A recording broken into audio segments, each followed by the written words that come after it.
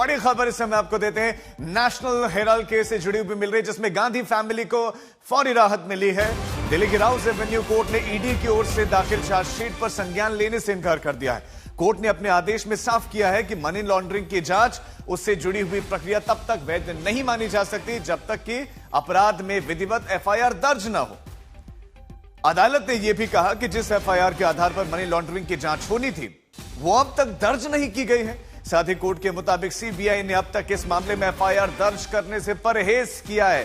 ये टिप्पणियां हैं, सीबीआई ने अब तक मामले में एफआईआर दर्ज करने से परहेज किया है, जबकि ईडी ने बिना एफआईआर के ही ईसीआईआर दर्ज कर जांच आगे बढ़ा दी। इस बीच में ईडी की ओर से कहा गया है कि केस में जांच जारी रहेगी और साथ ही ईडी नया आरोप पत्र भी दाखिल करेगी। सूत्रों के हवाले से खबर यह भी है कि इस फैसले के खिलाफ ईडी अपील भी करेगी। तो जिस मनी लॉन्ड्रिंग केस की जांच, उसकी तो एफआईआर ही दर्ज नहीं हुई है और बिना एफआईआर मनी लॉन्ड्रिंग की जांच फिर वैध नहीं, ये कोर्ट का स्पष्ट कहना। और राउस एवेन्यू कोर्ट के स्पेशल जज ने आदेश में कहा कि यह मामला किसी एफआईआर नहीं बल्कि एक निजी शिकायत पर भी आधारित है। तो नेशनल हेराल्ड केस में फौरी राहत मिली है गांधी फैमिली को। इस मामले को लेकर बड़े हमलावर रहता है आमतौर पर विपक्ष, और अब इस मामले में राहत मिली है। हमारे साथ हमारे संवाददाता संजय शर्मा इस खबर पर ज्यादा जानकारी के साथ जुड़ गए। संजय, कोर्ट में क्या क्या हुआ, कहां कहां पर कमियां ईडी की तरफ से रही, आप विस्तार से बताएं। इसमें अभी तक जो बात है उसमें यह कि पीएमएलए एक्ट इस मामले में साफ कहता है कि कोई अथॉरिटी को, कोई ऑथराइज्ड पर्सन हो, अथॉरिटी हो, जिसको इस मामले में शिकायत दर्ज करानी चाहिए। तो हमारे साथ कानून के जानकार लोग भी हैं, तो इनसे हम, चूंकि हम सुप्रीम कोर्ट प्रेमाइसेस में हैं, तो इनसे सीधी बात करते हैं।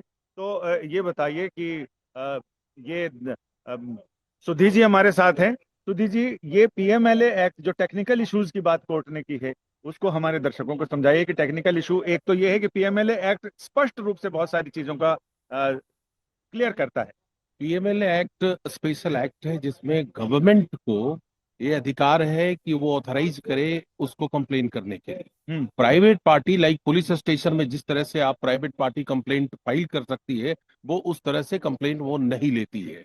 गवर्नमेंट अथॉरिटीज और उसके ऑथराइज एजेंट्स ही पीएमएलए केस में वो कंप्लेंट फाइल कर सकते हैं, इसके अलावा कोई फाइल नहीं कर सकता है।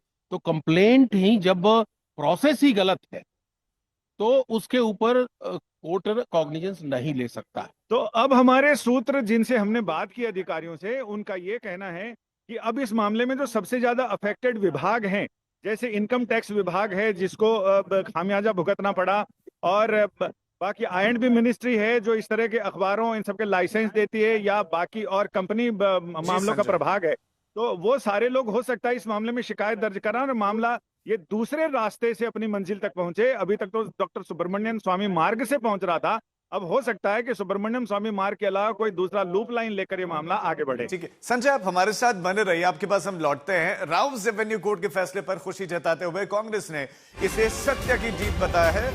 कांग्रेस ने कहा कि मोदी सरकार की दुर्भावना और गैर कानूनी कार्यप्रणाली पूरी तरह से उजागर हो गई है।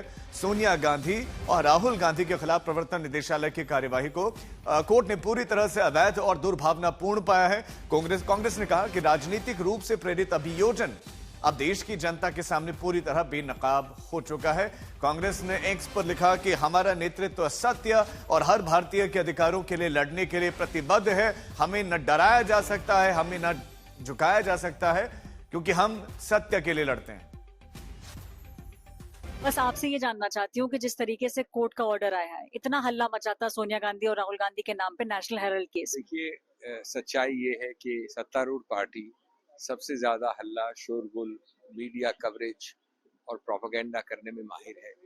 अभी हाल में लोगों ने अखबार पढ़ा तो सोचा कि केरला पूरा स्टेट जीत गए हैं, जबकि एक कॉरपोरेशन से उन्होंने अपना अकाउंट खोला था। इसी प्रकार से नेशनल हेराल्ड के विषय में इतना दुष्प्रचार, इतना गलत प्रचार, जहां एक इंच कोई भी अचल संपत्ति मूव नहीं की, जहां एक पैसा ए से बी नहीं गया, मूव नहीं किया, वहां मनी लॉन्ड्रिंग होगी।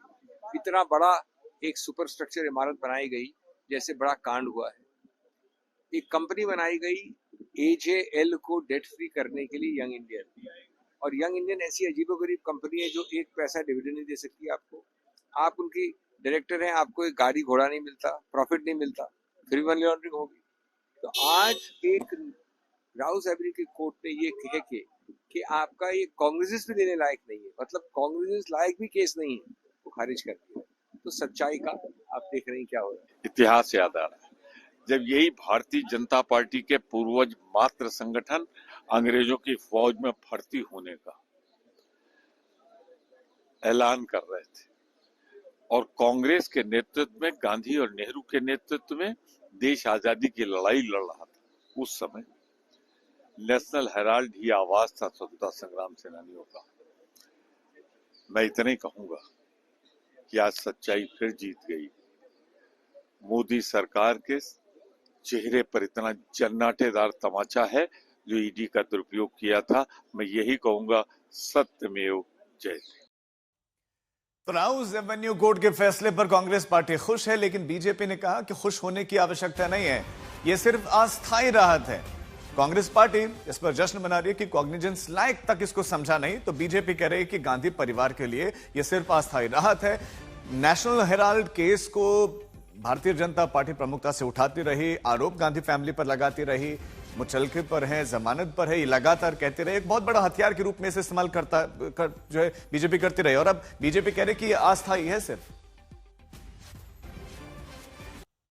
बड़ी राहत कहीं ना कहीं मिलती हुई नजर आ रही है सोनिया गांधी, राहुल गांधी को। कोर्ट ने ईडी की चार्जशीट का संज्ञान लेने से मना कर दिया। हालांकि ये कहा है कि ईडी अपनी जांच जारी रख सकता है, लेकिन इस राहत को आप किस तरह से देखते हैं? नहीं, ये कोई राहत नहीं है, ये एक टेम्पररी राहत वो मान लें अपने लिए, अपना पीठ थपथपा लें, अपने खुश हो लें। लेकिन अभी ईडी ने जो भी मटेरियल कलेक्ट किए, जितने एविडेंस कलेक्ट करके कोर्ट में प्रोड्यूस किए हैं, जब उसको डिटेल में कोर्ट एग्जामिन करेगी, ये कोर्ट हो या हायर कोर्ट हो, अभी ईडी को अभी कोर्ट ने ये भी कहा है कि और भी मटेरियल आप कलेक्ट कर सकते हैं और कोर्ट के सामने प्रोड्यूस कर सकते हैं। तो ये अभी टेम्पररी उनको राहत अपने भले महसूस करें, लेकिन जब फाइनल फैसला आएगा तो वो कांग्रेस के नेताओं ने, जिन लोगों ने घोटाला किया है, ये फाइनल फैसला उनके विरुद्ध जाना ही है।